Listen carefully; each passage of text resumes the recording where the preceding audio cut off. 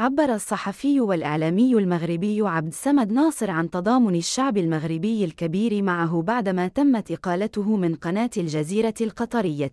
وشكر الإعلامي المغربي عبد الصمد ناصر متابعيه والمتضامنين معه بعد إنهاء قناة الجزيرة القطرية عمله بسبب تغريدة ذكرت التقارير أن إدارة القناة طلبت منه حذفها أو تعديلها، لكنه رفض. وفي تغريدة نشرها على حسابه الرسمي في تويتر اليوم، أكد عبد الصمد أن المغاربة لا يمكن أن يتركوا أحداً يواجه الظلم دون دعمه، سواء كانوا يدافعون عن شخص أو يواجهونه. كما أعرب عن قناعته بأن الصمت في بعض الأحيان يكون هو الأجمل والأفضل، وأن التصرف بالصمت يعبر عن قوة وحكمة وليس عن ضعف أو خوف.